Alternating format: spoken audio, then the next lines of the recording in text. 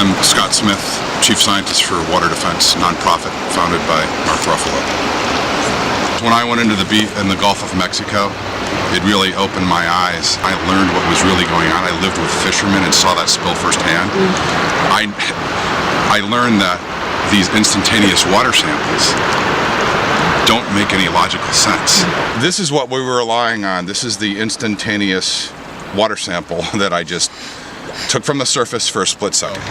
In simple terms, you don't breathe the air for a split second, you don't take a bath for a split second, a fish isn't in the water for a split second. So all these samples that have been taken so far in the river are instantaneous, meaning you grab them for a split second.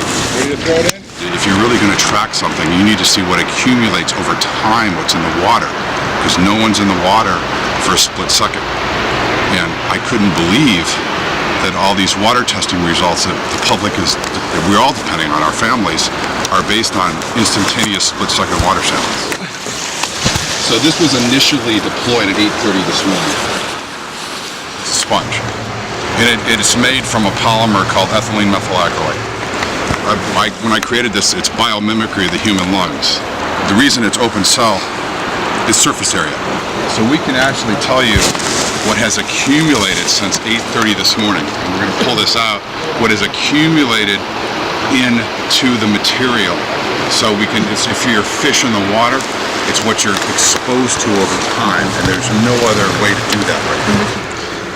And a lot of people don't realize it's the clear, colorless, odorless chemicals sometimes that can hurt you. And we're not just testing for metals, we're going to test for semi-volatiles. And because there hasn't been a lot of transparency, I haven't yet to see the protocols used by the state or anybody else. They haven't listed those. And the semi-volatiles, we need to test for all the metals too.